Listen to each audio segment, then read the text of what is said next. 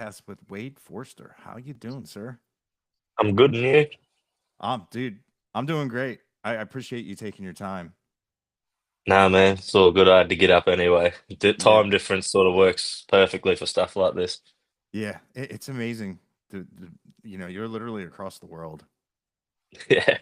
Nah, it is crazy considering a lot of the people that do podcasts with me are on that side of the world, so I don't get a lot in Australia. So yeah, I'm kind of used to it by now. Yeah. Now, when somebody from your team, or I don't know if it was you, contacted me and said that you were doing your first tour over at the States, and I should check you out. Now, had I not gotten the heads up that you were Australian, I don't think I would have noticed just from your music. Does that bother you if I someone says mean, that? not really. Like, I grew up on American country music, so like my singing style, I think, was influenced by that. Like, I grew up rodeoing with dad and that, and he used to play Brooks and Dunn and Big and Rich. I don't know why I listened to so much Big and Rich as a kid, but I loved Big and Rich and all them old school country boys like George and Garth and all that were on CDs in the car going to a rodeo. So I think that shaped how I sing. I didn't really listen to a lot of Australian country music until I got into it. Is there a big Australian country music scene? I mean, yeah, there is. It's still pretty niche at the moment. Like I've got a big festival this weekend. But like for an Australian to sort of get in the spotlight, we sort of need to get in your spotlight, if you know what I mean. Like, um, we've got a decent enough scene. There's a heap of us singing and a lot of songs coming out, but yeah, it's all still pretty niche. Yeah, it's funny. Uh, when we were in the lobby, we were really dealing with technical difficulties, but I love Australian slang. I absolutely love it. And but like if you were to be like put like the Australian influence in it, like nobody would know what you were talking about. Like if like Yeah, the song cigarettes, if you called it Duffy's. yeah, Darius, yeah.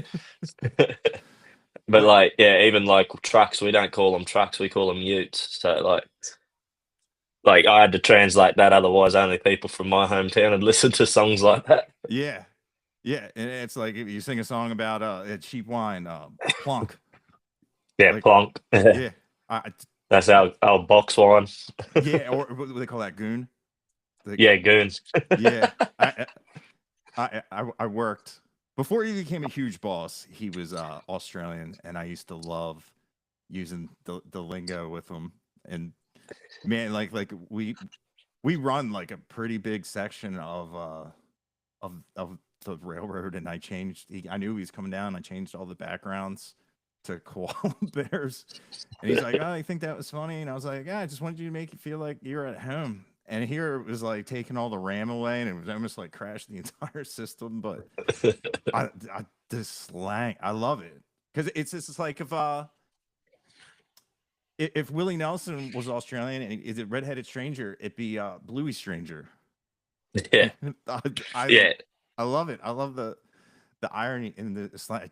It's like one of my favorite things because I listened to the chats like oh yeah, yeah the dude when they it kind of like the same deal like what happened with you, like they went viral yeah, with Smoko, yeah. and they're very into the slang. I'm like, because I'm like, what are Rolfie blues? I need to I need to translate this, and I just love how other I love slang and I love lingo, but they kind of had like this the same path you did because you went viral with the Tyler Childers, right? Yeah. That was the first? Yeah, that was the first song I released on Spotify and that, and I didn't think much of it. Like that was during COVID, and like I was stuck at home, so like I was living on my mum and dad's cattle station, and it's like 60,000 acres out in Western Queensland, and like we're stuck there during COVID, so like we saw each other every day for like a year. We didn't see anyone else, and I was already playing guitar then, and I was like, all right, I might as well do something. And I was like, oh, I don't want to release one of my songs just yet. And I stumbled on Onita by Tyler Childers on YouTube, and I was like, why hasn't he released this? This is a masterclass, and now he has, like 3 or 4 years later. But that was the first song, and I recorded that on an iPhone, That's like crazy. uploaded it off an iPhone. Like I didn't even have a microphone or anything. That's why I tell people, like, when they're like, well, all I have is this and I don't have this. I'm like, dude, talent will shine through. And that's an Mm. absolute great example of, people can tell. Yeah, Yeah, the audience will be like, yeah, this guy can sing, you know? it wasn't a big drama for me because like in a lot of people's eyes they're like, oh, you should have went and recorded that as a band with big band and this and that. And I'm like, I'd be pretty happy to record most of my songs acoustic, just guitar, because that's how I wrote them, like Yeah. I think that shows more talent than having the full band behind you. But people like the full band. Yeah. Yeah. And like with acoustic, there's no place to hide. Exactly. But that's how I write my songs. Like I don't want to hide. I want to, if I fuck up, I want people to see that. And then I read you got your first guitar for $50 on Facebook Marketplace. Yeah, I still got it. I was I was working in this town. It's sort of like I don't know if you have a big mining town over there, but like our big mining town in Queensland is called Mount Isa, and I was there doing a refrigeration apprenticeship, and I was a young cowboy in a town full of old cowboys, so there wasn't a lot of, oh, let's go rope steers until midnight, because they all had families. They weren't wanting to stay out, so I was often pretty bored, and I could have gone drinking or something like that. And I was like, oh, I don't want to go drinking every weekend, so I bought a guitar for a hobby. Didn't think much of it. Taught myself off YouTube. I think the first song I learnt was Wagon Wheel, and then the second song I learnt was Dear Rodeo by Cody Johnson, Nice. And and just kept picking up new songs and getting further down the road. And I lived some pretty cool stories with rodeoing and living out in the outback. So it just I was like, all right, I might write my own one now. I'll give it a go. The first yeah, song I ever wrote was Cigarettes, funnily enough. nice. Like first the whole being on a 60,000 acre property on COVID.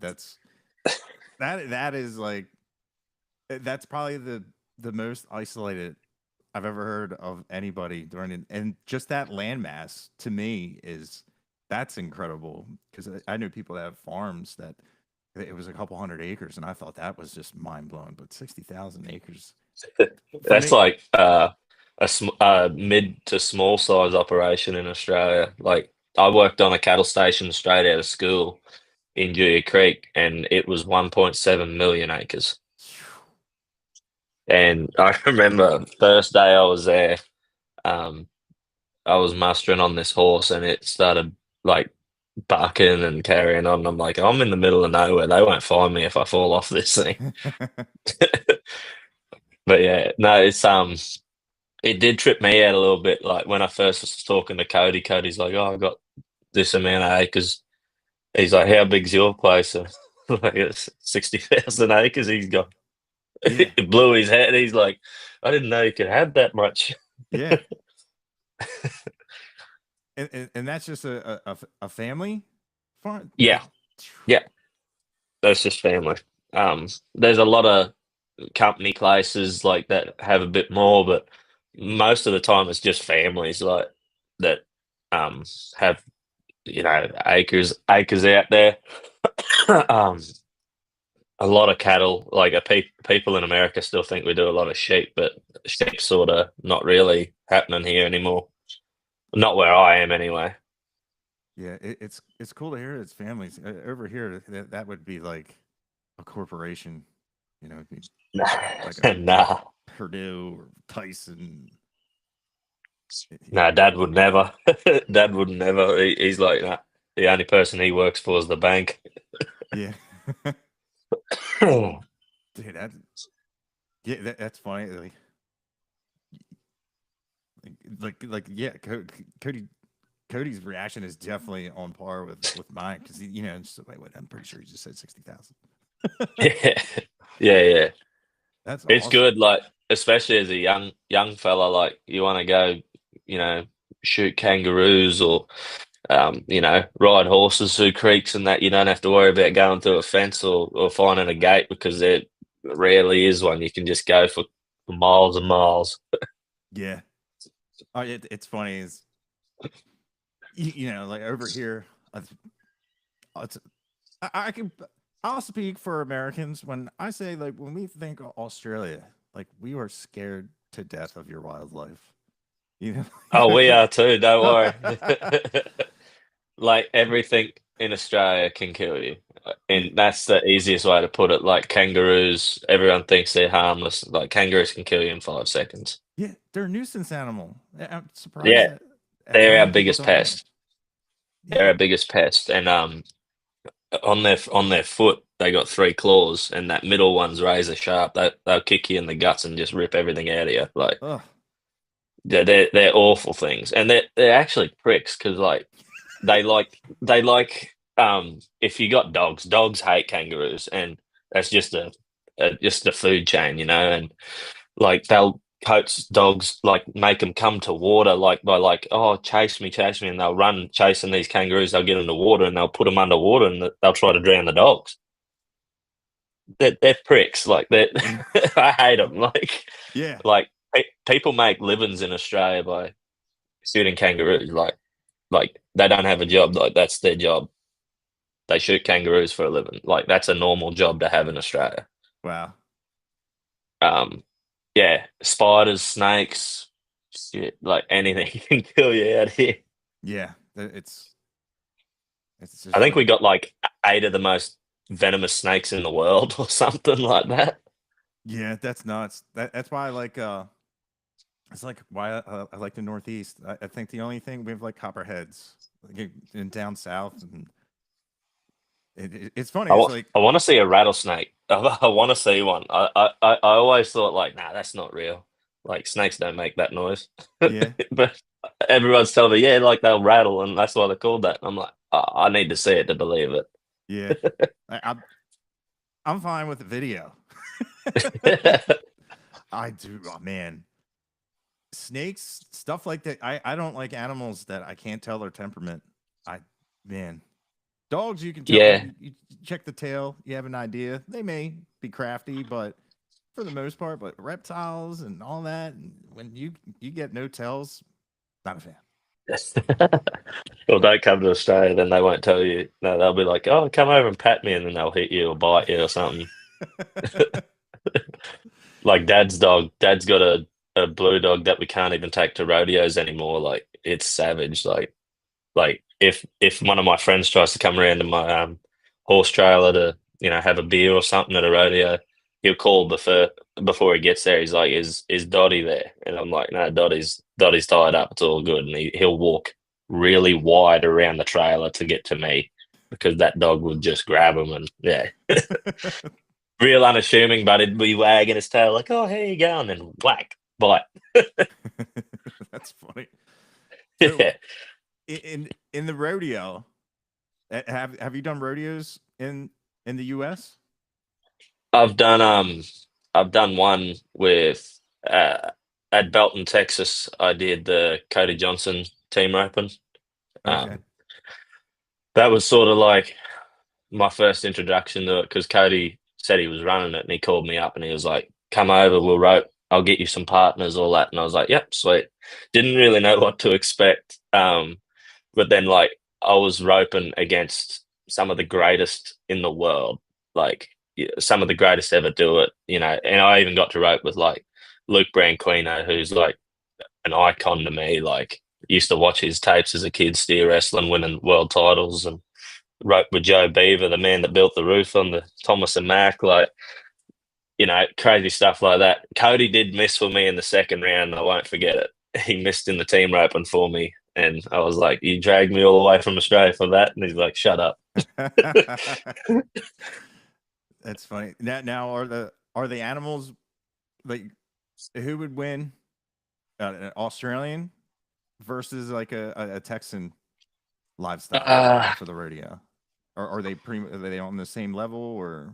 yeah, they're like somewhat on the same level. I reckon the Texan boys definitely get better cattle because they're like better trained. They're always roping. Like they make living off it. See, we in Australia we still got to have a job to fund the rodeo because it doesn't pay as well. Some people do. Don't get me wrong. Some people just rodeo all year round. But for me, like it was 6 or 7 hours to my closest rodeo in the pro circuit. So like, yeah, I was working all week just to go to the rodeo to see if Wow. I could win some more money. Um, but in terms of like cowboys, a few Texans have come down here and tried the Australian stock and haven't really fared well. But us Aussies go over there and we put on a show. So like Kai Hamilton, he won the world. We got I wrote a song about Bulldogger that I used to travel around with called Travis Munro. He's giving him hell in the steer wrestling right now, and all the cowboys that are doing good, they're all packing up and moving over there because they want to show America that Australia's here. We're not like a second nation when it comes to rodeo. We're right up there with yous. Yeah. Yeah. That's that's cool. I'm like, man, I just totally lost my train of thought. What we were talking about. We were talking about now as a true rodeo guy and cowboy. Like, how do you know when? Do you what's a tell of that guy's a fake? Like, can you spot him a mile away? Oh yeah, yeah, I can spot them, and I deal with it a lot in Australia. Even some artists, they put the hat on, they fresh pair of Wrangler jeans, and I've seen some embarrassing ones. Like I saw a dude in a crowd at one of my shows. He still had the stickers on his jeans, and I was like, "Oh God, he bought them today." Like, you know, um, I've seen people go on stage with their cowboy hat on backwards in Australia, and I'm like, oh, yeah, I can spot them a mile away. I've seen a lot of it, especially in music scene. Not as much in rodeo. You can. There's a big difference between the cowboys and the crowd at an Australian rodeo. Yeah. It it's also something like if I'm gonna lie, like if I'm like, yeah, I ride bulls, and you're at a place where someone can be like, all right, you're next. Like Mm. no, like I've never been on a bull. You can go walk, you can go pet a dairy cow, but you look over and you see them just moving their fucking legs and just. I'm like, no, no, you're over there for a reason, but yeah, like I, I've never been involved with the rodeo. I've been like once, but in my it would be for like it'd be like me getting on my motorcycle on purpose and wreck it. Like that's how I translate riding bulls and chasing down animals and throwing them down and just jumping off your horse and wrestling these things down to the ground. Like I saw someone on TikTok say something funny about it. It's like, oh, rodeo is like filling a kiddie pool full of water, getting your mate to fill a pool full of water, and then you're on the roof and you're blindfolded. And he said, yeah, you're right, jump in it. And it might be full of water, it might not. And you might hit the ground and get hurt, but you might fall in the water and have a good time. But yeah, that's what I thought. Like, oh yeah, that's perfect analogy of rodeo because like the amount of people that go, oh no, he's a good bull, and he just monsters the absolute shit out of them. yeah, But like, I never rode bulls. I had a go at bronc riding, saddle bronc, but I wasn't quick enough, so I just stuck to timed events and do like roping and steer wrestling and stuff like that. I dabbled in calf roping, wasn't quick enough for that either. But like. Uh, I travel around with bull riders like it's different in Australia. Like all the bull riders would travel around together in America, and all the team ropers, and like they stick to their events. Where Australia, I've been in a car where I've got two bull riders, one bronc rider, and a barrel racer, and me. Like, and we're going to the same rodeo, and we're all helping each other out. Like I've gone and pulled bull ropes for me mates and stuff like that, and they've pushed steers out for me in the team rope, and it's very family orientated in Australia, where in America it's all about getting to the finals, and it's still about getting to the finals in Australia. But we sort of like, oh, we got to make do because we're traveling together. We got to figure it out. Yeah, so it's definitely more camaraderie over in Yeah, Australia.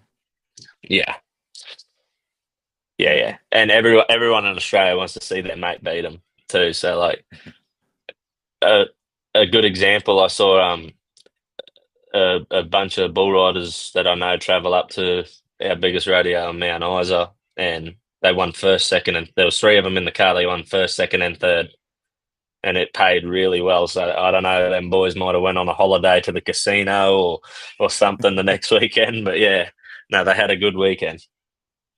Like, can you make a living just strictly doing the rodeo, or is it's a Some do, some tough don't. grind? Yeah, you have to do both. Yeah, it doesn't pay as well as American rodeos do, but some people get by on it, but I couldn't. That's why I got into singing. I can use the singing to fund a bit of rodeo, but even then, I think I'm slowing up a bit, and I'll just stick to doing the bigger ones. And who knows, I'll snag a check and might make it back to finals. But all them littler shows are sort of going to be hard for me to get to now. Like the plan is to move over there probably next year to the States and give music a hot crack.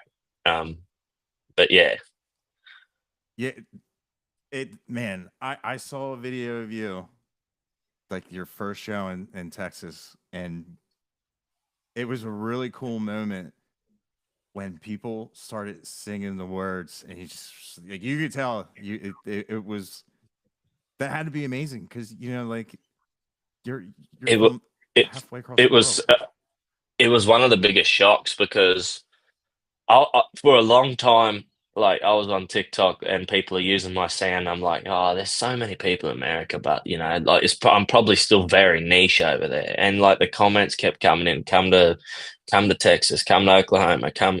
I had one person say, come to New York, and I was like, me in New York, I don't think that'd be a reality TV show.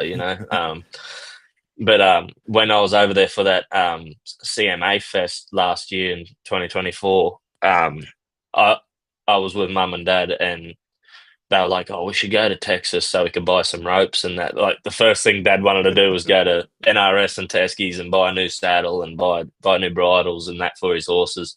And don't get me wrong, I was the same. I reckon I spent about 10 grand at both them shops, American. Wow. Um, just because you can't get that stuff in Australia, you got to ship it over here. And we are like, oh, we're already over here, might as well buy it, throw out all of our clothes and put it in our suitcases. And uh, I was talking to a friend, and he's like, "You could do a pop-up show in Texas, and I'll help you organize it." And he helped me do all that, and I was like, 20, 30 people might come, some straggler boys on the stockyards at Fort Worth, and outside of Chief Records, we had about 350 people rock up before I'd even picked up a guitar, and I was like, "That's crazy!" Like, I can't get 350 people to a show in Australia sometimes. But in America, like there was a dude there who drove 6 hours and lost his job just to watch me play. And I That's was like, awesome. okay, I need to focus on America because I was singing in Australia for years and like had all those songs out, and they'd only come if I was an hour away, let alone six. Like if the footy was on, sometimes like if the football was on, sometimes people wouldn't come because they're like, no, the footy's on. I'm like, I drove 2 full days to get here to sing, and you can't even rock up. Yeah. But America, like I put them tour dates out. I sold Fort Worth out in 24 hours, Yeah, dude. you know. I saw your tour. There's a lot of sold out dates. That's awesome. Yeah, there's a few more. We haven't updated the poster in a minute, but yeah, it's nearly all but sold out. Yeah. Um, which is for a first American headline tour for me is like I'm still trying to process it. Like as an Australian going over there and selling out shows like that, I'm like, all right, maybe I'll move here because it's hard to do that in Australia. Like Yeah. you you'd be lucky to sell them out beforehand, if not on the day. Like yeah, they it's the music scene over there is well and truly ready. You know, where I think I'll go over there instead of waiting for it to get better here. I can always come home. Like Yeah. this is home for me, so I might as well go while I'm young. I don't have a girlfriend or kids or a house loan or anything. I live out of my cars most of the time when I'm singing on the road. Yeah. Do you have an area that you have a Um, preference for? Or?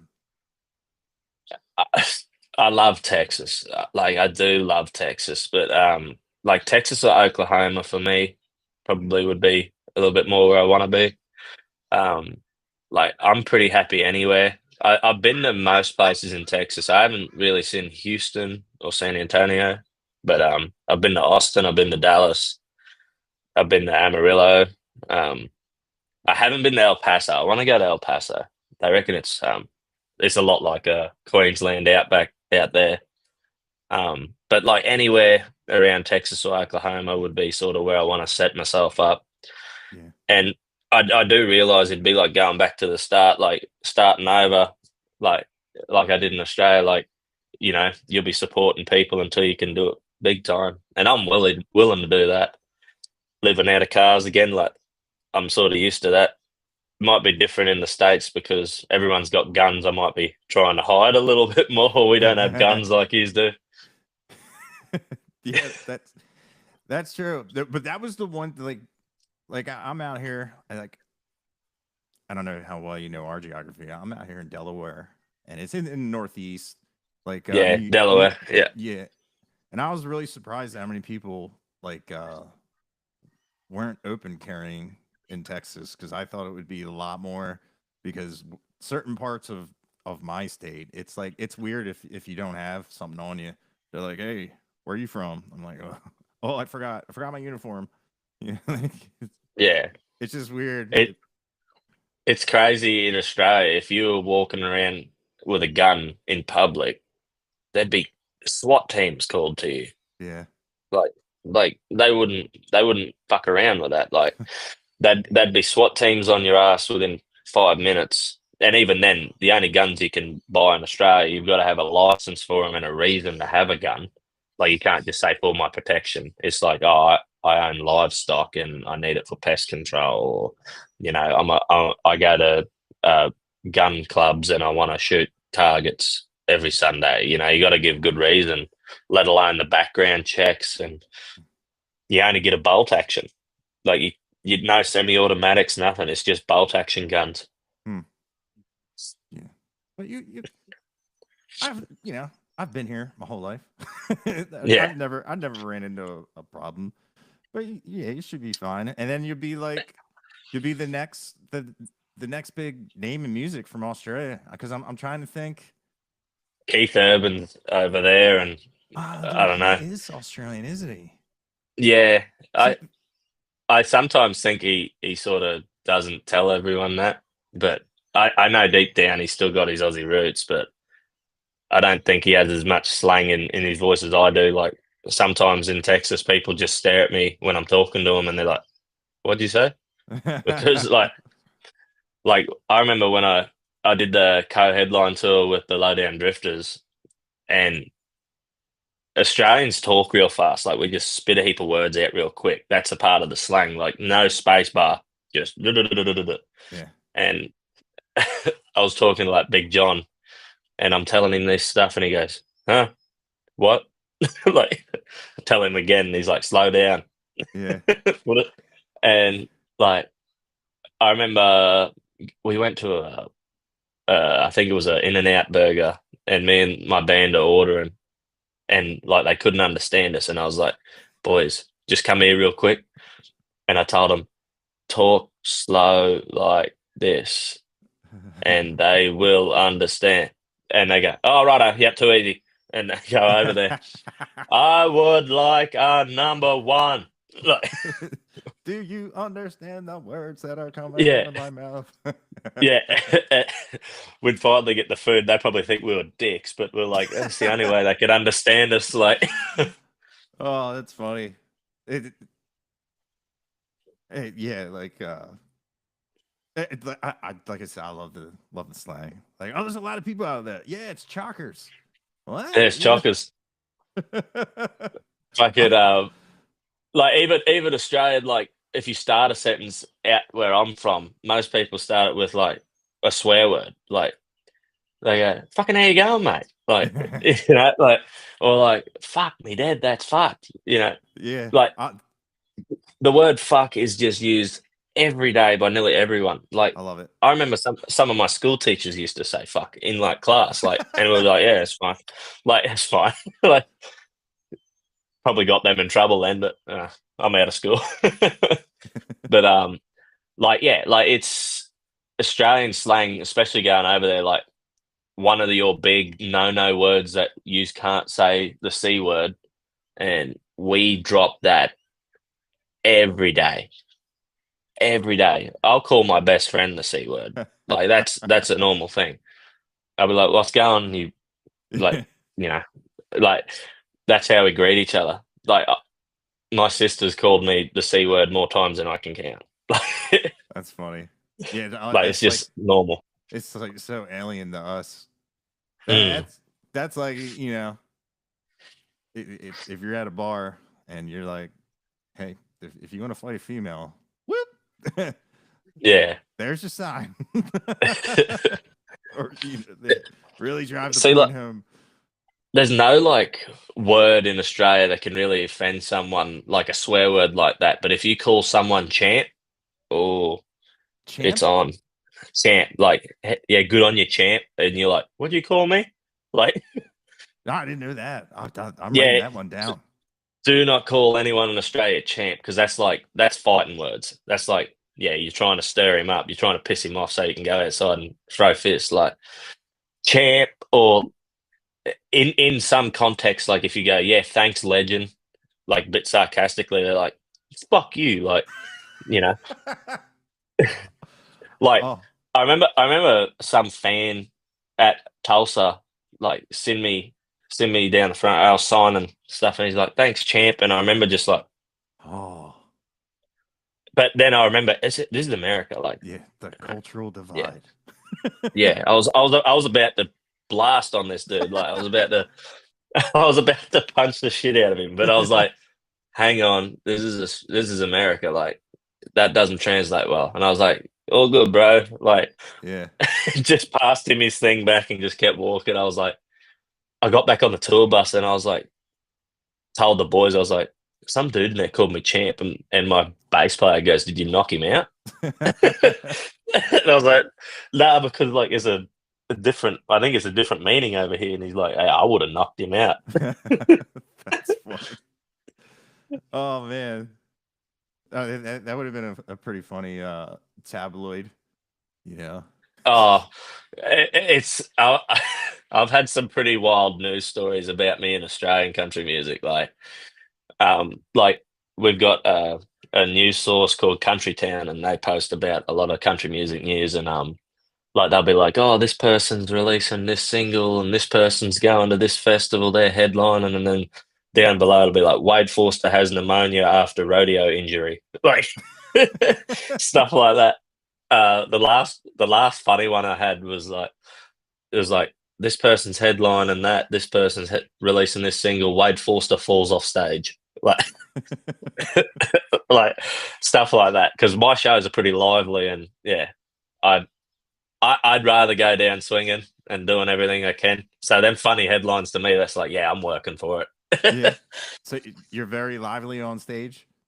Oh yeah, like the worst part is if you give me a big enough stage, I'll run around all night. Like my band are used to it now. They're like, okay, get out of the way. Wade's running again. Like, but yeah. If it's a small stage, even then, like I've tried to. I've got a wireless pack on my guitar. I'll go in the crowd during a solo. Like I'll step off the stage and go in the crowd. I've done it before. Like a lot of Australian crowds respect like the barrier. They don't. We don't have a barrier. They just go right up to the stage. So they respect that. So like we don't really have any dramas with that. Like I could literally jump off the stage, go down to the bar, buy a beer, walk back, and they'd just let me straight through. It's pretty good like that. Yeah. I It's, don't think I'd be able to do that in America. I might get swarmed. ah, you never know. It's weird. It's like some bands are known for some stuff, and some bands are known, don't do that kind of stuff. I guess it's just dependent on what kind of fans you have. Yeah, true. Like I did want to. The I like a lot of drinks over there, and drinking in Australia is like pretty normal. Um, our drinking culture, like I would say, I would love to see just five fresh out of school 18-year-old blokes go up against a whole frat house in America. And by like let's say they start Friday morning, by Sunday night, them Aussies are like, God, these bastards are in bed. What's going on? Because I remember being out of school and like, you'd go to say like I'd done 2 months work non-stop at a cattle station. I'm like, I'm going to Townsville for the week. I'd turn the phone off. I'd go rogue. We'd be drinking every day, every night, and drink until you nearly got no money, and you're like, all right, I got enough money to get me home. I'm going back to work. That's funny. And Like, and the American drinks that I liked over there is Dos Equis and Twisted Tea. okay. Dos Equis pretty good. Twisted Tea, yeah, that can sneak up on you. Now, in Oh Queensland, yeah, it's snuck up on me a few times in yeah, Texas. yeah, it goes down so smooth. And in Queensland, it's Bundy. Yeah, Bundy Bear. Yeah. It's 50-50 how people react to Bundaberg rum. It's either fighting juice, like it just makes them want to fight, or the other side of it. And I'm happy I'm on this side of it. When I'm had like 20 or 30 Bundys, I'm looking at my best friend. I'm like, man, you're my best friend. I love you. I'd fucking do anything for you. Like, there's two sides of it, and you learn pretty quick which side of it you're on. Like I know for a fact that one of my mates, like he cannot drink it. He'll have two, and he's like, all right, Wade, you and me out front. And I was like, we're best friends. He's like, don't care. He'd be like, you left the lights on in the kitchen or something. Now we got to fight because I had one rum. It's sort of like that. Yeah. I have a friend like that. It's like, come on, really? Like, Yeah. and you go out, you fight in the bar, you get thrown out, and like over here, I can't. The bouncers would just be like, "You guys are driving home together?" I'm like, "Yeah, we're best friends." Yeah. You guys are Like, just punching each other in the face. It's like, yeah. I've seen some pretty cool, like, see, we don't call them bars in Australia, they're called pubs. Like, I don't know if you've heard that slang. So at a few pubs, like out of school, after I left school, and like going out with my mates, I've seen some of like I've seen boxing on TV, I've seen UFC, and I was like, dude, some of these blokes I hang around, they could hold up in a ring. Like there's one mate, and God forbid he ever gets in another fight, but like he dead set. I reckon he could make like a UFC roster. I've seen him kick a dude in the shin, break his shin. I'm like, oh God, we got to get you out of here. And he's like, no, I'm going to wait for his friend to come out. And I was like, no, you've already done enough. Like, let's go. You got to force him into the car. Like, let's go before the cops get here. Like, That's funny. but like, yeah, the drinking culture is so different. And like, I'd learnt that pretty quick in America. Like when I was at the Kojo thing, I had a hotel room and like near the rodeo arena, and they'd all go back to their trailers and have dinner. And I'm like, all right, I had a few beers at the bar. I'm gonna have a few in the motel room. And there was a 7-Eleven across the road, and I was like, I'm out of cigarettes, and went across there, and I didn't know you could buy alcohol in gas stations. That's so different in Australia. Like you've got to go to this specific place to buy alcohol in Australia, like a bottle o. Yeah.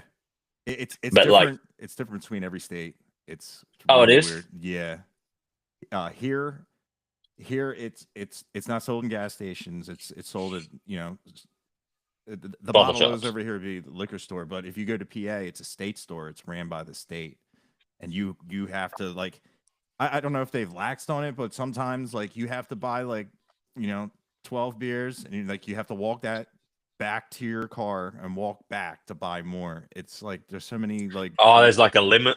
yeah, a lot of them are like called like blue laws, because a lot of the laws around here, they're from like the Quakers and all those old religious type things, and it's just, yeah. And in some places, like you said, it's at the servo at the gas station At the where, servo.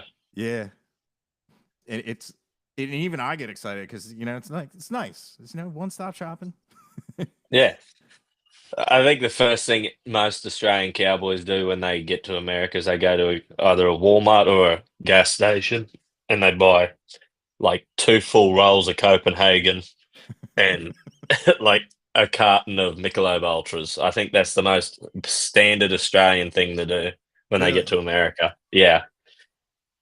that's The interesting. first the first time everyone goes over, they try Coors Light, and Coors compared to Australian beer, eh, I reckon Australian beer is still better, but yeah, um, Coors and Michelob are probably the closest thing to an Australian beer. Huh? We Yeah, don't drink. We don't drink Fosters. Everyone thinks we I drink I Fosters. know. I was gonna say that, like, that's what, like, a typical American. Like, we call them oil cans. They're the big gigantic cans of Yeah, Fosters. Because for years that's what Foster's Australian for beer. yeah, And and I reckon that's half the reason why people get my last name wrong because they're like, "Oh, it's Foster's like the beer." I'm like, "No, there's an R there. It's Forster." Like, you know, but every time I've been over there, they're like, "Oh, do you want a Foster's?" I was like, "No, fuck." Like, why do I want that shit? yeah, Like we've got it in Australia, and I don't think I've ever seen an actual Australian drink it. Like, yeah, I reckon it's probably good for beer battering fish, and that's it. that's funny, man. The power of marketing. That's like we have Outbacks out here, like a Yeah, we don't have Outback yeah. Steakhouse. Like, that's a rare thing. I think I've seen one in Australia, and it's like I don't even think it's a part of the chain. I think it's just oh, this is like Outback Steakhouse. And yeah, like uh, one of the Lowdown Drifters band members, they were like, "Oh, have you ever had a bloomin' onion?" And I'm like, "What's that?" And they're like, "It's Australian." I'm like, "No, it's not." It's not. I was like, "That's American." Oh, it is funny because, like, and another thing, a lot of people would probably base everything they know about Australia on Crocodile Dundee. Yeah, Like, Crocodile Dundee, like the movie, was actually filmed like 150 k's away from my house, like not far at all. And in Australian terms, that's like very close. Like I I noticed that too in America. Like you've got so many towns in between places yeah, where like from my cattle station to my house is an hour drive. Let that's nuts. uh, Cattle station to my hometown, sorry, is an hour drive, and then the next town over is 2 hours. You know, you'll go out of phone service for like a whole hour if you need to. Like, there's no little towns in between. Like, you got to fuel up every time you get to a town because you might run out of fuel, and there's no one will be passing in a long time unless you're right near the cities. But Yeah, out where I am, it's like I don't know how to explain it. It's like compared to America, I haven't been anywhere too rural to compare it to. Like yeah. You might run what out you of gas call. on your own property. Yeah, exactly. I've done that. Oh, Trust me, it's not fun. Like sat there in a car for like 5 hours waiting for dad to go. Oh, Wade hasn't come back yet. I might go check on him. And yeah, he find me there, shirt off, just sweating in this car. And like I've converted what it gets to in Fahrenheit for you because you don't understand Celsius a lot of the yeah. time. It gets to like 130. out at Oh, home. And like I remember one Christmas there, the power went off, and like being 130, no aircon on on Christmas Day wasn't fun. But that's why Australian drinking culture is so good because we find a way to entertain it. yeah. Isn't the coffee culture is big down Oh there? I yeah, yeah. Coffee in America, I didn't believe it until I had it. I remember I had it at a motel and it was just in a jug, and I'm like, this is all right, shit. so it's already pre-made, all right, and you put it in, and I was like, this is just burnt water. What the fuck is this?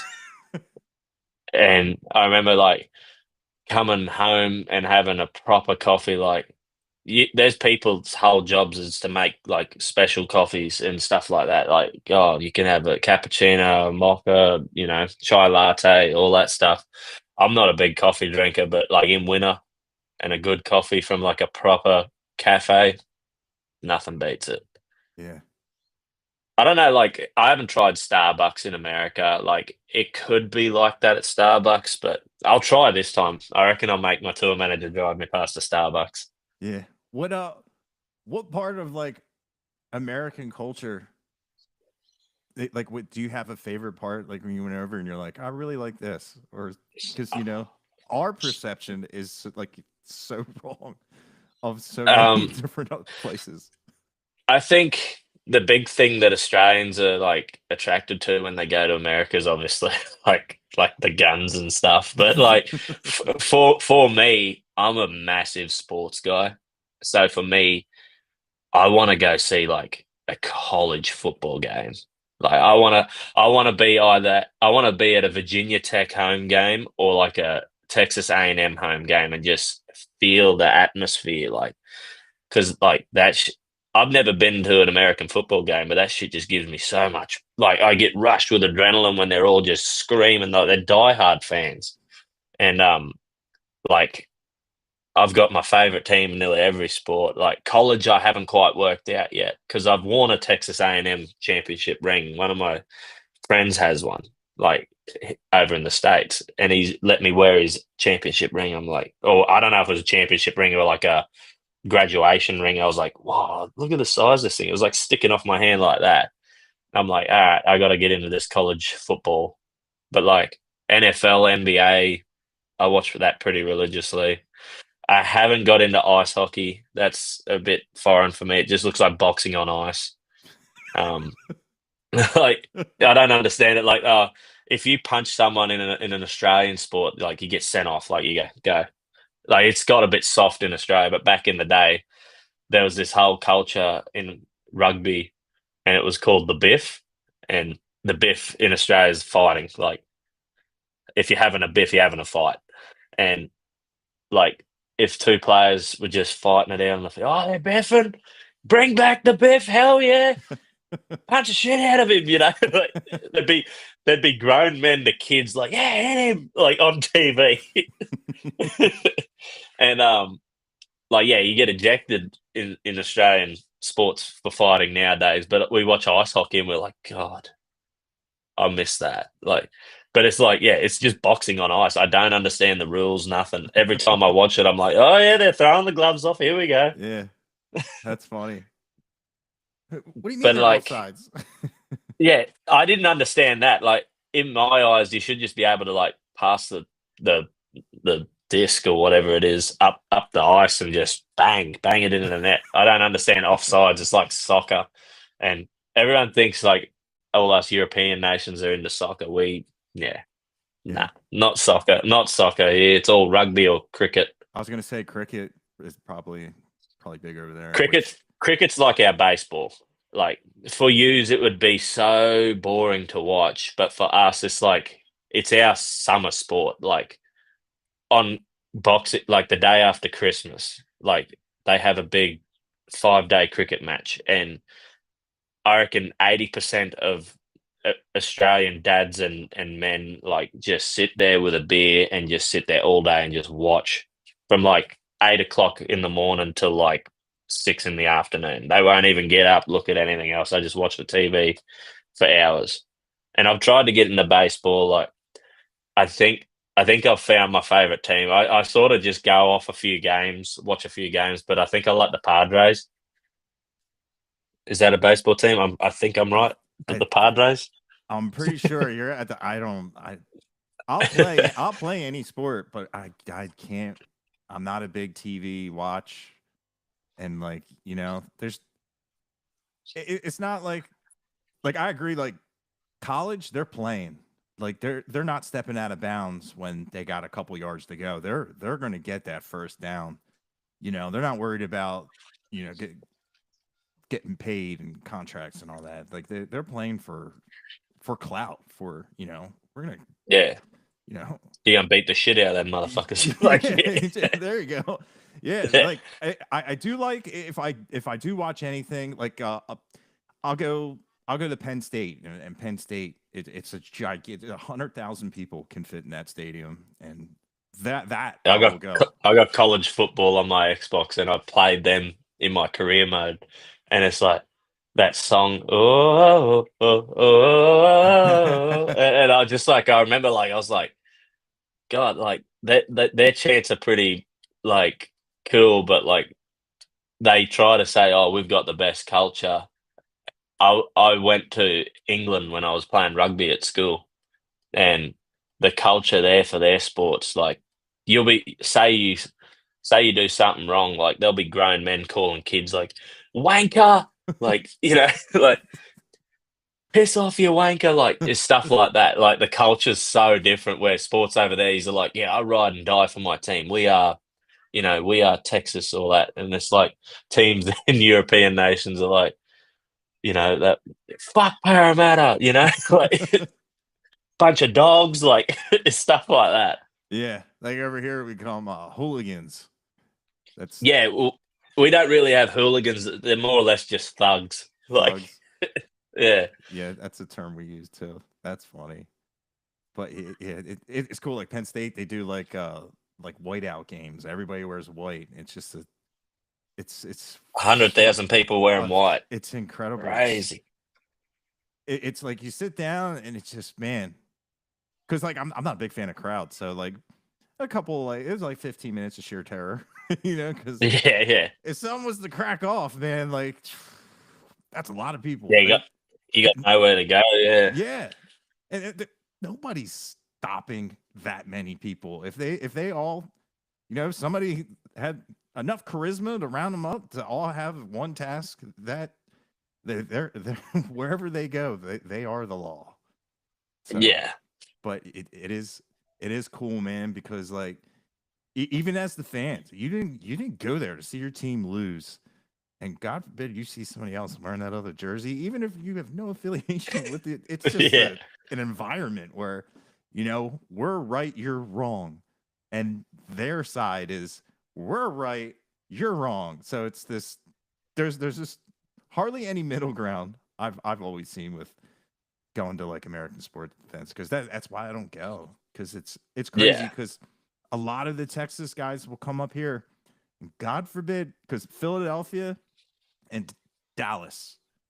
They have a thing. I don't know anything about it, and it, the dude's from Dallas. He's wearing a Dallas Cowboys, and they'll sing the song, the chant, and it's just like it gets like the dude. I'm like, my life's on the line saying this. Like, yeah, Philly yeah. fans are crazy, but it's like I man, I did like I wish I could roll my eyes harder. Just like, come on, man. Like, dude, like it's not game day. We're watching, we're watching Texas country, which Yeah, yeah, which I love. Like, I love how inclusive it is because like you definitely could say, hey, I'm Wade from Australia, and I do Texas country because yeah, they value like authenticity and it's real. You can and when you go to the credits and it says composer, there's one name on pretty much all your songs, and it's your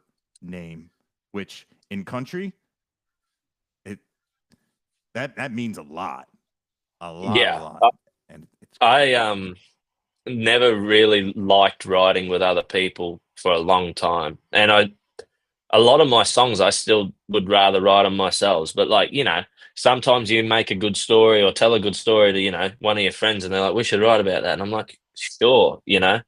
But if we do a really bad version of it, I'm just gonna do my version of it. You know. Like I reckon I've only ever done three co-writes. Every other song I've wrote myself. And like this new album that we announced today is like it's got 22 songs on it. Oh Like wow. like I've been sitting on some of these songs since I released the first album. Like I got home from recording the first album, and I think a couple of days later I wrote another song.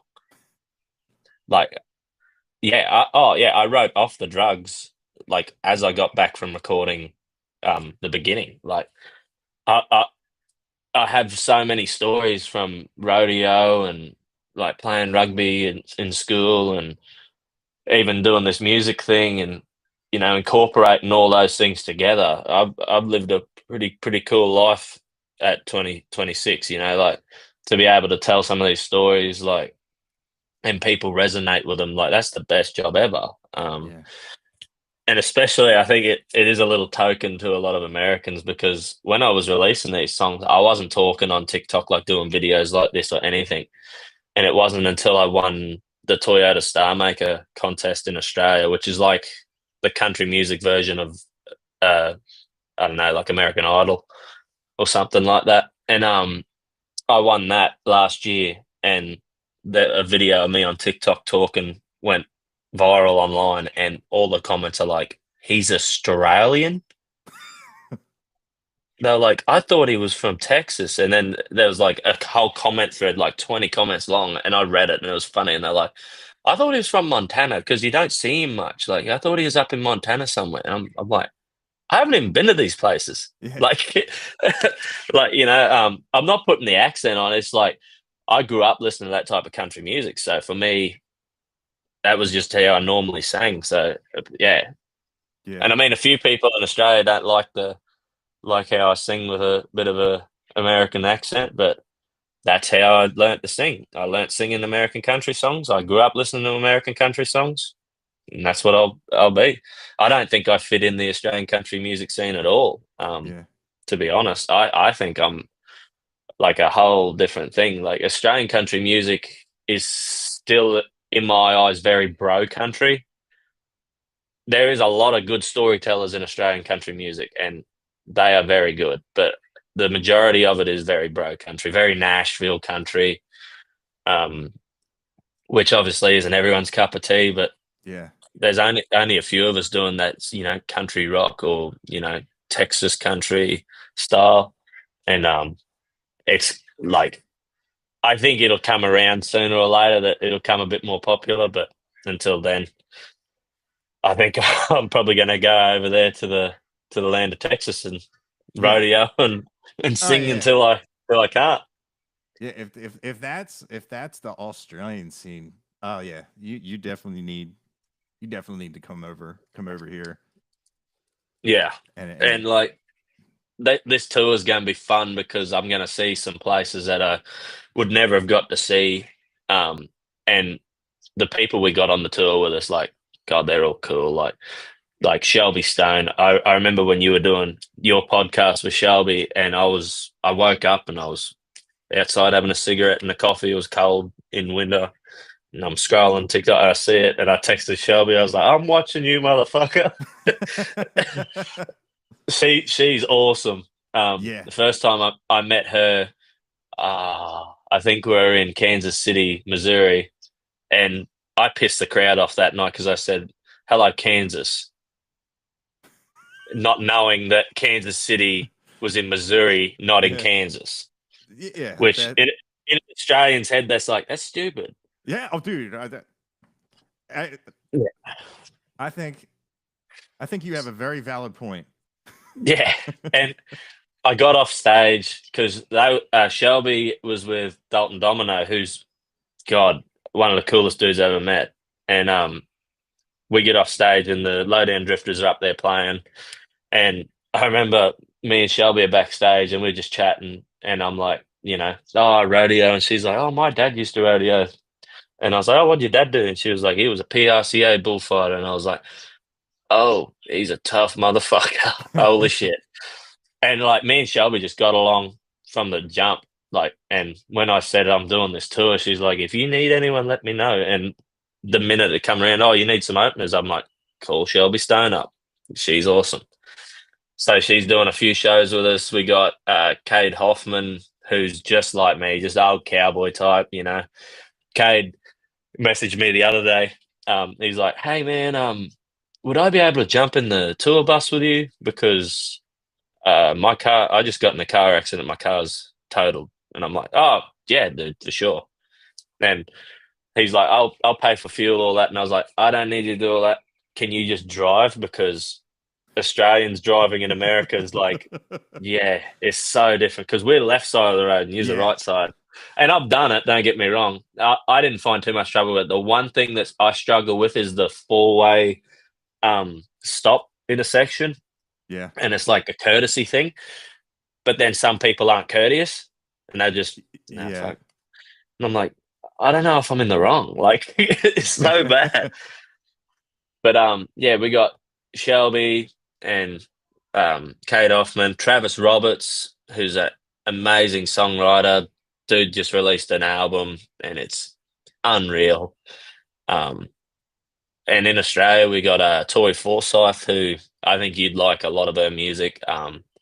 She, the best way to explain it for me is she's Lana Del Rey went country, but the right way, not just Lana Del Rey doing a country song. No, like this girl, between Tori Forsyth and Shelby Stone, those are the two most frightening women I've ever ever laid eyes on.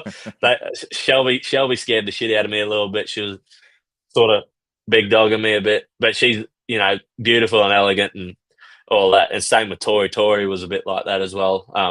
The first time I ever met Tori, I thought she hated me. We were at this music festival in Outback Queensland, like closer to home than it is for them. And I was like, "Hey, I'm Wade. Nice to meet you." And she's like, "Tori," and I'm like, "Did I piss her off somehow?" And no, apparently that's just how she is. She's actually really nice. And I was like, "Oh," I tell her every time, I'm like, "You scared the shit out of me," and she's like, "I know." Like she's proud of it. um, but yeah, like this tour is gonna open up some doors for us, and we're just keen to get out there. And God, like, I wish the album was going out the same time as the tour, but that was sort of my fault. I didn't have everything ready. But still, we're going to play a lot of unreleased music on this tour, and people. I hope people really enjoy it because it was a lot of fun making that album. We smashed out those 22 songs in a week. We recorded that in a week in Wow. Australia, Monday to That Friday. that's that's incredible. And That the best thing was like I recorded that album, like my voice was buggered, and that Saturday I had to pick the boys up from the airport and we went and headlined a rodeo that next day. Actually, we did two gigs that weekend. We went to Oberon Rodeo and then drove, I think, 4 hours south of there and then played another festival. Like pretty big week. yeah. Um, but like shit in Australian country music, like there's a lot of people that are doing it, but they also got a job and they're, I don't know. It's like they're not backing themselves. You know, you're not obviously not going to make money straight away, but you need to give it your all. Like when I first got into it, I quit working for dad. I told dad I quit, and you know, I want to do this music thing. And geez, I was living on crumbs, and you know, and to get out the other side and do it like this. And young people ask me like, "Oh, how do I get into it?" And I'm like, "You got to quit your job and live tough, like, Yeah. because that's how." It, you know, sometimes you get lucky and you have a breakout song and you take off from there. But I grew up in the outback, so I was doing all my gigs in the outback where the music scene is not existent at all. Like you're playing in a pub and you could have your speakers at 10 and they're talking over that. Like, you know, you're just playing, you're not playing for tips or anything like that. The bar, you know, you'll rock up there and the publican or the bar owner, he'll give you like $500 for the day.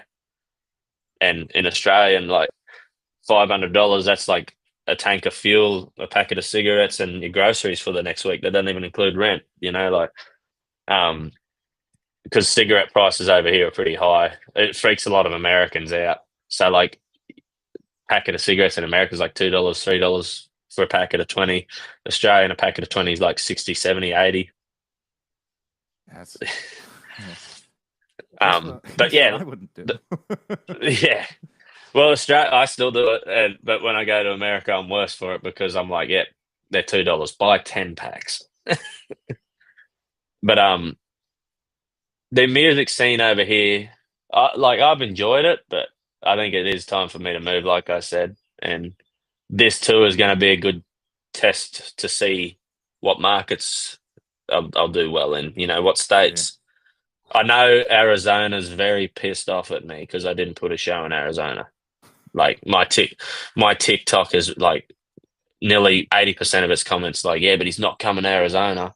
I'm like, I'm trying. Like, you just got to let me figure this out first. Yeah. Like, um, Arizona and California and Montana are really pissed off. Oh, and Chicago, weirdly enough. I didn't know there was country music in Chicago. All I Yeah. know about Chicago is Derrick Rose and Michael Jordan. Okay. Yeah. That's Just basketball. Like, yeah. I'm pretty big basketball. Of all them sports, it'd be basketball for me. So that's all I know Chicago for. I Yeah. didn't know there was country music there. Yeah, I didn't know that either. Because like the first thing when I think Chicago, I think Chicago style pizza, which is like more like a lasagna. Is that deep dish? Yeah, and Yeah, I want to try that. yeah, and Chicago hot dogs, Chicago dogs. They have like I guess it's just like the peppers and whatnot. I don't know. Oh I've never yeah, been yeah. been to Chicago, but that's what I think when I think Yeah. Chicago. I would I don't know why I would think it would have like a big like blues scene. I don't know why It, that comes to I, mind. I don't know. I always think blues is like Louisiana, Yeah, all that like yeah, Delta, like that Mississippi, around that area. Delta, yeah, and like Memphis, it's blues too, isn't it? Very blues based. Yeah, I, I've heard that. I don't think I've ever been to Memphis. Yeah, Southern Rock is definitely its own kind of thing. But it's Man, getting into like when I got into this music scene and I got into more like American country, like I'm deep diving and I'd find these unreal artists. And I've been following you since like 2020. Like I remember I used to comment, I'm like, before like any of my songs blew up, I'm like, please look at my song, please. Like, and I was like, he's not listening to me. But he did once, and I was like, oh, awesome. I was on there. Yes. Like, but did I I got into deep diving. Yeah, you did Fight in Tears. You did okay, that's the only one I've done. I yeah. really because I've Fight in Tears, that I love that song. The structure of that song. It's also like one of those ones that are very bittersweet, where like if you're just listening to music, you're gonna be smiling and dancing, and then you're gonna hear the lyrics and go, "Oh my god!" But I love Yeah. how it dum dum dum, and I love the arpeggiation of that guitar. It's just the rhythm of Yeah. it has a cool. And I think my favorite song of yours, man, it's got to be either Black Sheep or One Night Stand. Which One Night Stand. I had a lot of fun with that song. yeah, that definitely it screams like it's got. I would say, oh, Red Dirt, but of course, Yeah. oh, you're I mean, we Australian. got Can't say Red we Dirt. got red dirt in Australia. I mean, it Yeah, just yeah. doesn't mean the same thing. Make sure you bring it and be like, look, I am red dirt. But One Night Stand. That's probably one of the funniest stories I've ever got to write about in a song. So when I would have been 18 or 19, like fresh out of school. And like I'd moved up to Mount Isa for that job, but we all us young fellas used to drive like an hour and a half to this other town nearby called Cloncurry, and we used to drink at this old pub run by this lovely old couple, and like they owned the pub for years. Like my mum and dad used to drink in there when they were like 18, stuff like that, and it was called the Post Office Hotel, and all of us young fellas used to just jam in there and God, we did a heap of stupid shit in there. Like we we stole a jukebox from there once, like one of them old CD jukeboxes that plug in the wall, and we put it in out because there was rooms out the back you could stay in, and we put it in there, and we were like we rewired it so we had free songs. And Nancy, the owner, found out. She's like, "All right, now you've got to work for me. I could ban you, or you could just do some work for me, and we'll do the work because we want to be back here next weekend." Um, and stuff like that. So when I went down there one weekend, um, I was a I was a cowboy. I was a young cowboy in Australia. So girls was all I was thinking about, and I slept with this girl on the Friday night, and she was polar opposite to me. I was cowboy. She was like a hippie. Um, and then I slept with her friend the next night, and I thought, oh yeah, I'm cool as, like, that was cool as, and didn't think of any repercussions because I was so young. And then on the Sunday night, I was just having a few beers there before I had to go back to work Monday, and I'm sitting outside talking to a friend, and next minute I feel bang on the back of my head, and the girl from the Friday night had actually smashed a glass bottle over my head, and yeah, and I never talked to them again. I was like, all right, learnt my lesson there. And then like years went by, and then I was writing songs, and I was like, I need to write a song about that. That's funny. I was just in a car, and I was like, because I was like talking to one of my friends on the phone, and he was like, "Oh, I remember that time," and he brought it up, and I was like, "Yeah, that only ended up being a one night stand." And then he goes, "Yeah, one night stand. That's all you wanted, right?" And I was like, "One night stand. That's all I'll be." And that's how that line. I remember like writing the line down on a receipt, and I reckon I've still got the receipt in the car. My car's full of receipts. And I got home, and like mum and dad are like, "Oh, hey, Wade, how you going?" Like trying to, I haven't seen me in a couple of weeks. I was like, good, good. I've got to go because I want to go write this song. I've got an idea. And I wrote that song that afternoon, went back, showed my mum, and she's like, "Uh," she didn't really like it because she's like, "It's a bit graphic, like talking about one night stands." I'm like, "Yeah, but the people will like it." Yeah. And then when I went down to record it, um, the the band that were in there, I've used them for everything, like Fighting Tears a lot, and they were like, "Oh, so you want acoustic on this?" I was like, "No, no acoustic."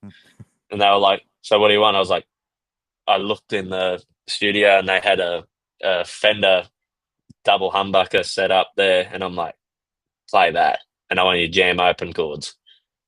And he was like, "All right." And at the start, that jack feedback, I heard that from a Grinspoon song, like, and I was like, "All right, I want to do that." And I remember like doing it. That's the only instrument I've ever played in the studio because my guitar skills aren't up to spec. And I'm like, I remember like, all right, hit record, and I'm like pretending to mess the jack up, and like, and then just hit the open strings for that start bit. And I was like, yes, I've contributed instrumentally to a song. And yeah, that was a fun song. Like, to release. Even the music video, like I shot the music video in the same town, and even where in the music video where I get glassed in the music video, like hit with the bottle, is in the exact same spot it happened. Like I made sure everything was in the exact same spot. Like we tried to use the same houses, but they've been sold, and but like we just had to use some of my mates' houses in town. So, but that was a great song to I had a lot of fun with that song. Yeah. It's a jam. And I guess in Australia we call that a ripper. Nah, banger. A banger. Yeah, dude, we use that too. Or tune, like Tune, tune, like that's a tune, bud. But it always sounds like CH. Like you'll be driving in a car and someone's playing a song, and you're like, "Oh, that's a tune. What's that called?" That's like, yeah. If I said that in America, they'd be like, "You want tuna?"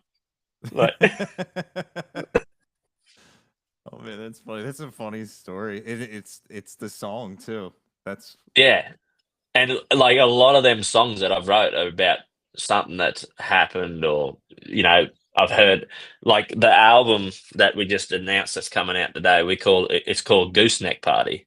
Um, it so in Australia, like a gooseneck horse trailer that you take to rodeos, and at a rodeo, to be in a gooseneck, like carting horses around, you got an esky full of beer, like a cooler. We call it an esky, like where you put all your beers and ice in, and like after the rodeo's done, they never plan these things, by the way. That you'd just be at the bar and the bar shuts, and you go, rightio, we're going to Wade's camp, Wade's gooseneck, and you go there, and there'll be, God, 50 to 100 cowboys just sitting around drinking, doing whatever for fun. Like I've seen some wild things at gooseneck parties. I've seen fights. I've actually seen people like relationships start and then they get married a couple of years later. And I was like, I was there that night. You know, I've seen uh we have contests on like motorized scooters and like people riding horses bareback and people doing burnouts in cars. It's so it's such a staple in Australian rodeo is like, oh, we're having a gooseneck party, but you'll never be able to plan one if you go, oh yeah, come, we're going to have a gooseneck party at this rodeo. If you plan it, no one rocks up. It's always just on a random night. You didn't think anything was going to happen, and the gooseneck party happens. And that's where I've heard a lot of these stories from friends, or even some of my stories have been told at gooseneck parties. And it's just it's a part of who I was as a young fella, and it's still a part of me now. Like if I go to a rodeo and I'm at the bar, I know, yeah, all right, we'll just see who's got the most beers at whose camp, and that's whose gooseneck party we're having. And like the songs on there are all either true songs or stories that I've heard around trailers. There's only one song on there that I didn't hear at a trailer, but I was at home and I was watching a Western on Netflix, and I can't remember what Western it was, but I remember I had this like weird, vivid dream about it, and like I was in it and all this, and I wrote a song about it. And it's called Cody, Wyoming. I couldn't think of a town cool enough, and I was like, oh, I need to think of a town. And then it was the same time that the 100 Days of Rodeo were happening at Cody, Wyoming. So I was like, oh, perfect. I'll just use that town name for this story. And yeah, it's a bit more Cult of Wall style, that song, but the rest of it, yeah, it's a pretty diverse album. Like it goes from country rock to, you know, that nice Brooks and Dunn slow down.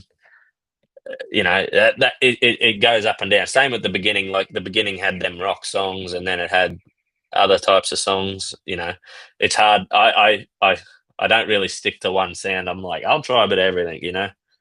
Yeah. But yeah, this album, I hope people resonate with it as much as me and Australian Cowboys will, because the Gooseneck Party is like the holy trinity of parties in my eyes. Like you could go to the nightclubs and all that, but you ain't partied unless you've had a gooseneck party. Yeah, dude, that's the first time I've ever heard that phrase. I love it. I hope. Well, we released a song today too, like called Gooseneck Party. So check it out after you. Yeah, definitely.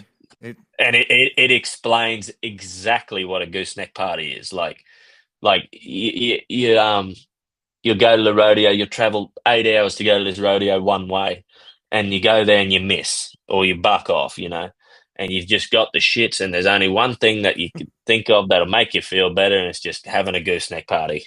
And like it's almost like tailgating, I would say. If I could compare it to something, it's like tailgating at sports over there, except it's in a horse trailer, and there's no bins. Like everyone just sort of drinks their beer, crushes it, leaves it on the ground next to them, and whoever's gooseneck that was at, their whole morning the next day is like, God, look at all these beer cans.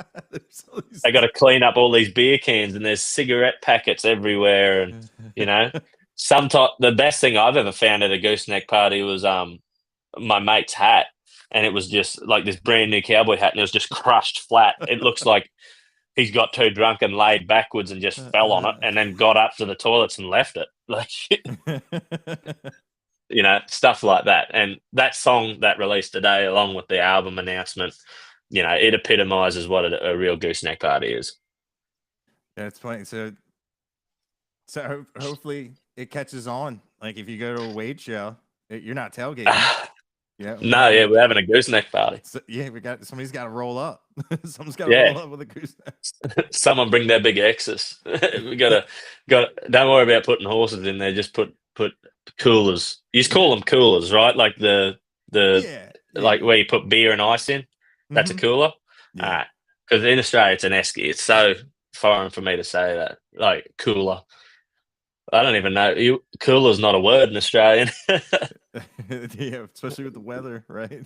Yeah, yeah. That's all it would be. Yeah, it's getting cooler. Like, um, but like, um, yeah.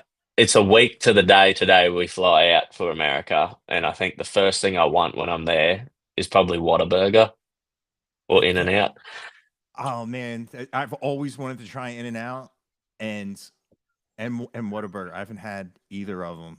And I like Whataburger more, but my okay, band they prefer In and Out, yeah, and it's sort of an ongoing argument between me and my band. Like we're like, no, we're going to Whataburger, no, we're going to In and Out, and I'm like, well, I can't win because it's 3-on-1.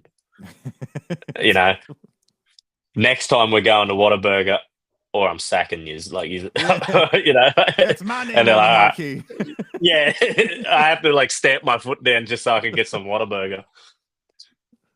Listen here, champs. Yeah. Get fucking Whataburger. For a while, I just the first time I saw the sign, I was like, I couldn't tell the difference between like Waylon Jennings, the W for him, and the Whataburger. I was like, Oh, it's very similar, right? yeah, Yeah. it's kind of like, wait a minute, like, that can't be He's a got a store. chain. It can't be a store totally dedicated to Waylon Jennings, can it? And yeah, with Jesus. people rave about we like that's the one thing about the U.S. is you just some things you can't get everywhere, and that like fast In and Out is like that's a big one for us up here in the Northeast, and Whataburger definitely that's definitely very very foreign to us because I'd never heard Whataburger before until I went down there, and but yeah, In and Out for some reason I don't know how I knew about that. Probably because they're big in California, and I had a bunch of friends that moved to California and talk about it. Yeah. Um, it's crazy that like your fast food chains are like just in certain spots. See, in Australia, like our biggest fast food chain is McDonald's. Like we don't have In and Out or Whataburger. Macca's. Yeah, Macca's. Yeah, Yeah, we have Macca's, and then KFC. That's Dirty Bird. You call the it Dirty Dirty Bird. Bird. Yeah, Yeah, and then we got Burger King, but it's called something else. Like it's the exact same franchise. So you call it Burger King, we call it Hungry Jacks, and that's the okay. actual name of it in Australia. But it's slang as HJs, and like yeah, we don't have like Dairy Queen. I want to try Dairy Queen. Apparently that's cool. Yeah. Um, um, I remember Cody Johnson made me try Chick-fil-A, and hell yeah, Chick-fil-A shits on KFC. I would eat Chick-fil-A every day if I could. And that like you get the burger and you get the sauce and oh Yeah. goddamn. I'm too excited to go to America now. All I'm gonna do is eat. Yeah. And a lot of people talk about like the portion size of when they go Yeah. get their food. They're like, you you guys eat this It's every like day? it's like a liter. Like I remember holding a Whataburger cup up to my head and it was the same size. I was like, holy shit. Like it's like I'll piss myself before I finish this thing. Yeah. Like it's crazy the portion size. I remember at school they made us watch the Super Size Me documentary, Oh yeah. and the first thing I wanted to do when I first went to the States, I was like, I'll go to McDonald's, I'll get this super size, and they don't have it anymore. I was like, Yeah. what? Yeah. They got rid of it. I don't think any of the chains. I don't really eat fast food anymore.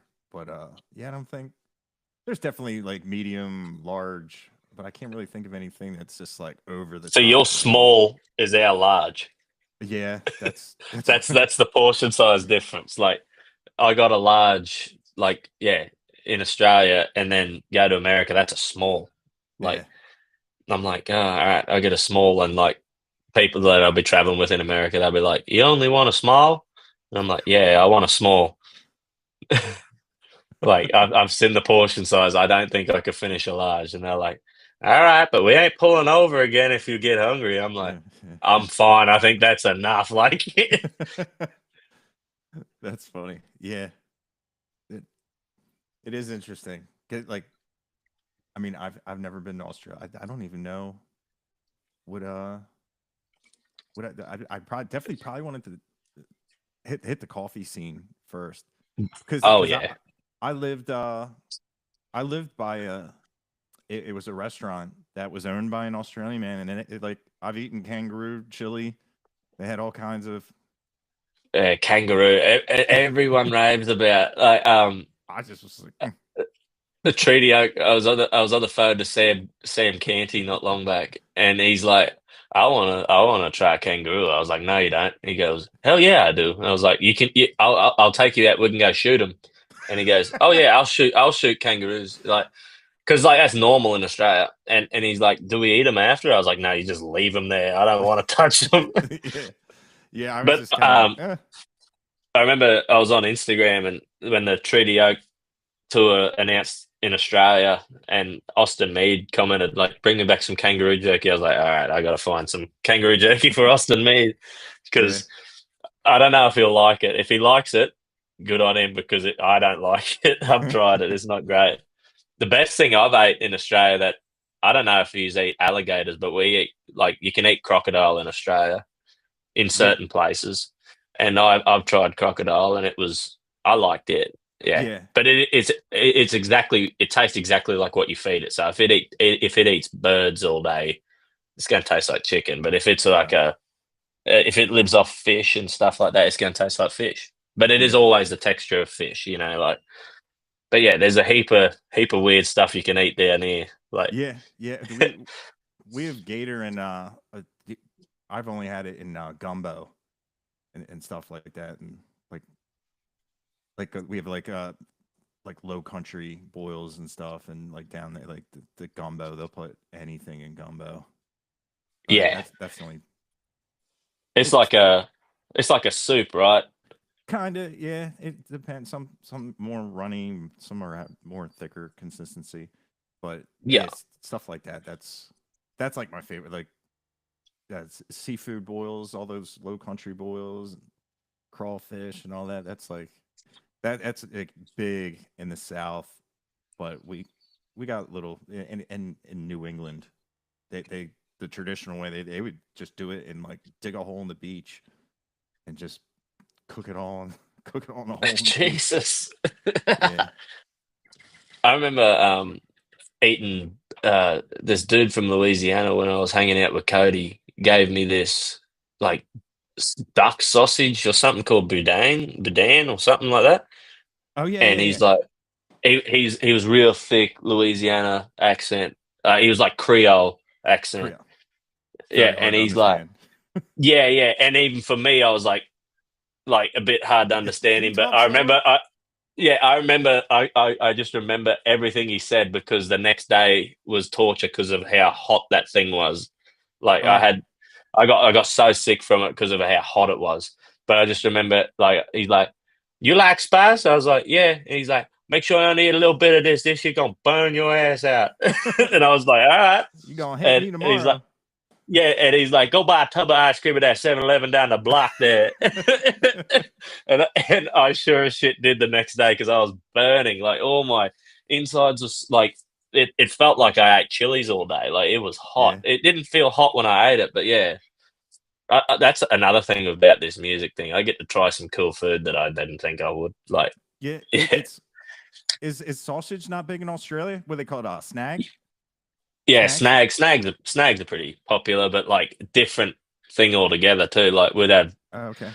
like bangers and mash is like sausages and mashed potatoes with gravy and onion, like stuff like that. Like I think if I made it big, I'd make a big restaurant in America somewhere just so you can try proper Australian food, like not Outback Steakhouse.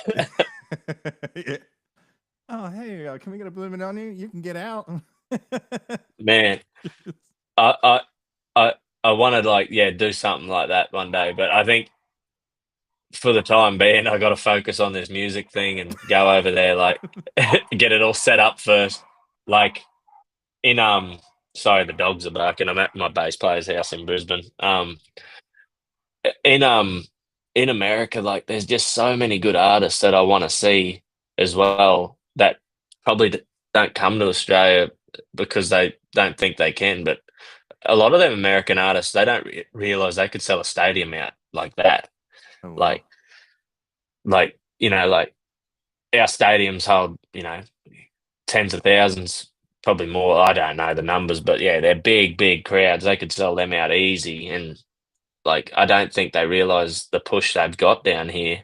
Um, like, I want to see like bands like L60 and Treaty Oak come down here a lot more. And um, God, some other American artists that I'd love to see come down here, like Coulter Wall would be great down here. He'd sell a stadium. Jesus, like even them like Cat Hasty and them, they could sell out big down here. Yeah. But I don't think that they I don't think I don't know if it's like the analytics of like streaming are showing that, but I definitely think all of them could sell out stadiums down here in a heartbeat. That's awesome. That Yeah, that Australian country music scene really loves what America's doing. So like, we're real like, and a lot of the fans uh, there's this big festival called CMC, and like every year they get some big names on it. Like last year they had John Party and Cody Johnson and Co Wetzel and all that, and like Australians just went straight away, sold it out within like a couple hours. Like that's how quick they sell. And like that's another person I want to see live too is a Co Wetzel, man. yeah. I my God, first time I saw Co Wetzel live, I was standing with Kat Hasty. It was awesome. She was giving me all the background, and it was really cool because she's like a big fan. And man, that was really cool. And that was at a big. It was at Texas Motor Speedway, which is like a gigantic building. Which I don't yeah. know if you ever seen a speedway. It's like Talladega Nights, right? Like That's the big exact. speedways. Yeah, Yeah, it's yeah. it's so much bigger than what you think. Man, it blew me away. Just you feel so small, and at that festival, you were like on the track. It blew Oh, my that's mind that cool. yeah that everybody was doing the fake fire, rolling around. Yeah. Please don't let the invisible fire burn my friend. Oh, the amount of times I quote that movie, man. Like I remember, me and Holly, like my sister, we're always riding horses at home, and we're just warming these horses up, and we're having like a little race, just pretending like having a bit of fun. And Holly's just screamed out, "If you ain't first, you're last!" And she hits me with a rope, stuff like that. Like, yeah, we quote it on the daily down here. I think Will Ferrell's one of the funniest men alive. Yeah, Yeah. Hey, can I just run to the toilet real quick? I've yeah. still got lots to Or talk about. you said what? I still want to talk about music. Okay. I just need to run to the toilet. Yeah, We're yeah. I getting hear. sidetracked with a lot of cultural stuff. That's my Yeah, bad. it's I'll be fine. back in one sec. Yeah, no problem.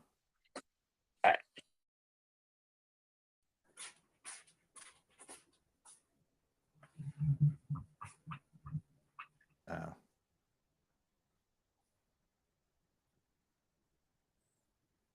I don't know if I should split it up. It's not a big deal. Play Freebird. What's up, Matt? I almost brought you up, but I didn't know if I don't know if Wade would know who you are because I'm pretty sure I knew Whataburger was put on my radar because of you. I'm about 100% sure it was you. Of to make sure my first Texas trip to have Whataburger. I'll see you Wade next week. Well, he's definitely I'm actually fine right now. He'll definitely know who you are.